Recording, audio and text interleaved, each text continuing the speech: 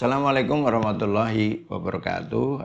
Teman-teman, sahabat semua yang menyukai channel pengobatan holistik. Ada satu pertanyaan yang menarik bagi teman-teman yang baru belajar tentang herba, kemudian ada peresepan yang ditanyakan, boleh tidak kita menggunakan resep kuno untuk mengobati pasien kita gitu. Istilahnya jiplek lah, jiplek itu apa? Ngambil utuh gitu.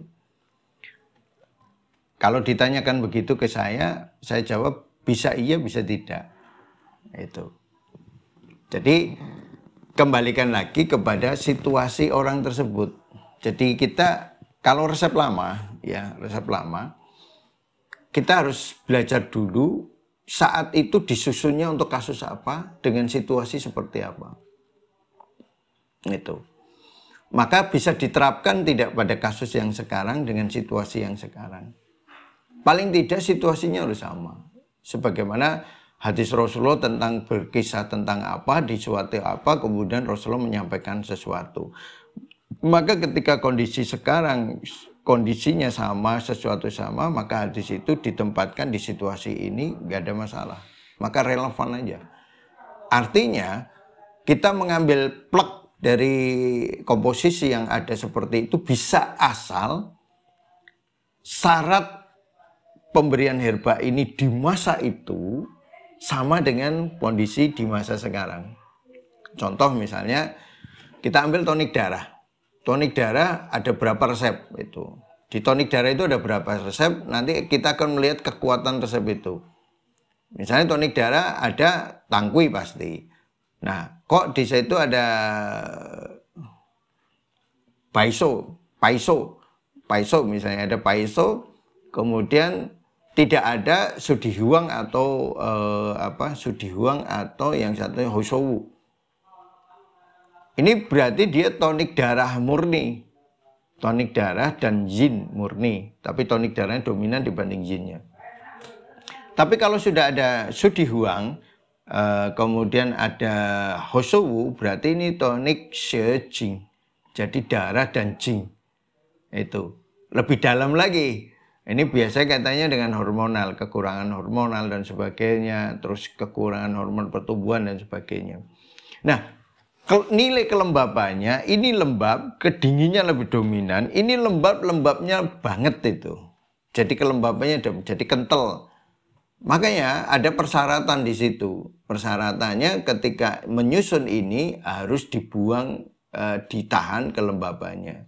Kalau menyusun ini harus dilancarkan darahnya supaya tidak stuck.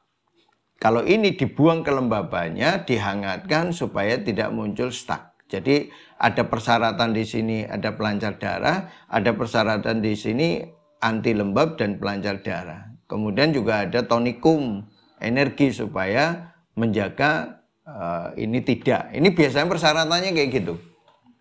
Ada yang murni tanpa adanya tonik energi, berarti dia nilainya lebih lembab lagi. Jadi melihat rumusnya, komposisi itu sebenarnya sudah sesuai dengan situasi. Jadi kalau jenengan lihat resepnya, oh ini ada tonik C-nya, ada tonik darahnya, ada pelancarnya.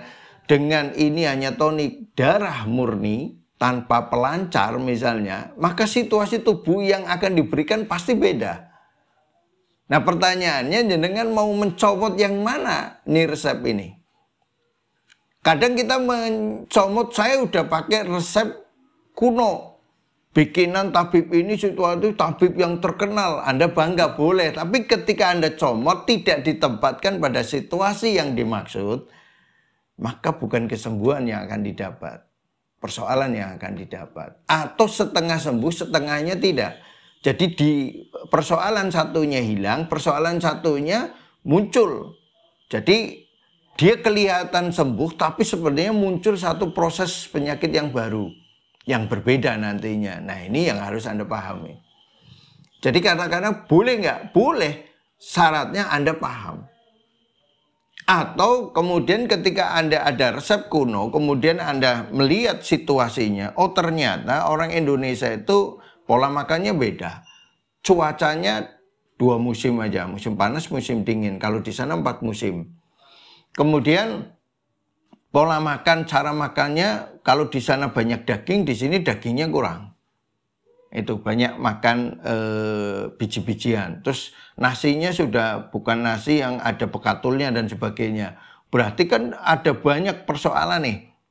Situasinya sudah berkembang kepada situasi yang berbeda dengan peresepan yang awal. Maka resep ini wajib dimodifikasi. Modifikasi sesuai dengan kebutuhan ini. Advis makannya pun harus juga disesuaikan dengan situasinya. Nah ini bisa tidak kita memodifikasi? Bisa jika kita paham perubahan, paham situasi. Berarti kata kuncinya sebenarnya bukan menghafal resep. Kata kuncinya itu sebenarnya bukan menghafal resep, tapi belajar kepada prinsip-prinsip yang dasar sehingga nanti resepnya itu bisa disesuaikan dengan situasional.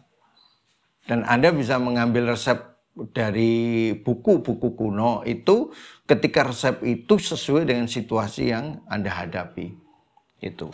Tapi ketika situasinya membutuhkan adanya modifikasi, maka Anda wajib memodifikasi karena situasinya tidak sama.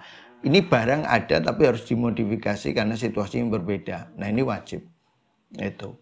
Nah ini makanya kalau ditanya boleh, boleh dengan catatan. Itu. Boleh enggak? Boleh dengan catatan. Ini supaya menjadi pegangan bagi kita ketika kita mau mengambil resep kuno, itu ada syaratnya.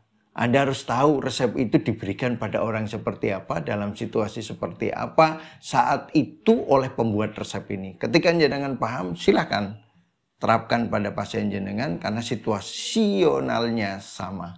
Tapi kalau tidak, maka Anda wajib mencari yang sama dengan situasinya atau Anda modifikasi resep yang ada menjadi resep yang sedikit berbeda. Walaupun secara prinsip mirip gitu, tapi menjadi sedikit berbeda karena situasinya berbeda.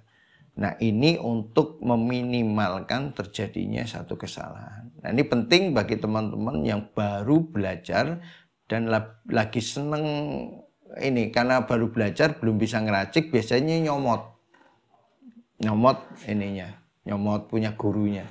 Karena saya punya murid juga, ketika buku resep itu dulu dengan prosentasenya saya buka, kemudian diambil murni seperti itu.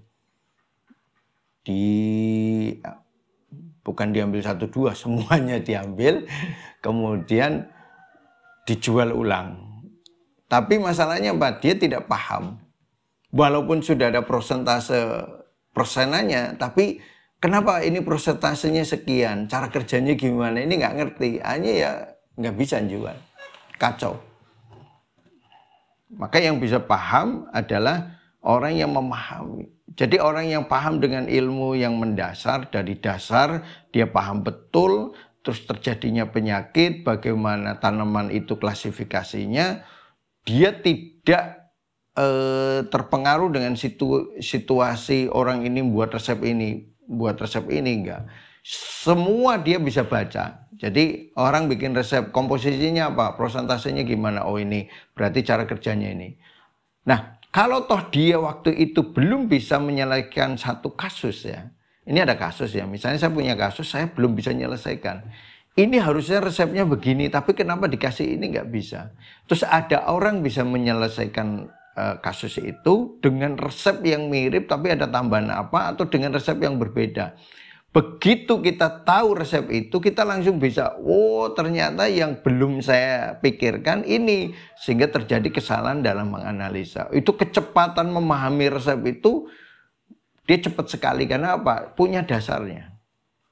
Tapi kalau kita tidak punya dasar, akhirnya apa? Oh resep ini saya plagiat, saya contoh, kemudian saya sebarkan. Ketika ada kasus yang kemudian berubah lagi, berbeda, dia bingung lagi.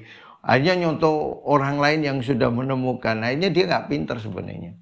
Dia plagiat aja. Orang yang pintar itu dia akan belajar dari ketika dia tidak paham. Ketika ada orang yang bisa membuat, dia akan belajar prinsipnya. Oh berarti kesalahan saya memahaminya di sini.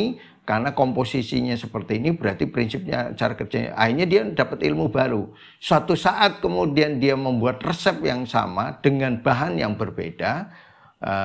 yang penting prinsipnya sama, dia bisa. Karena dia tidak menjadi plagiat, tapi dia bisa membuat resep yang berbeda atau membuat resep yang sama. Itu karena kepemahamannya. Nah, ini penting dipahami bagi teman-teman. Mudah-mudahan apa yang saya sampaikan ini bisa menjadi tambahan pemahaman bagi jenengan, kemudian meningkatkan ilmu. Allah bukakan ilmu buat Anda supaya Anda bisa menyelesaikan banyak persoalan di umat ini dan bisa berguna dari banyak orang. Insya Allah demikian. Assalamualaikum warahmatullahi wabarakatuh.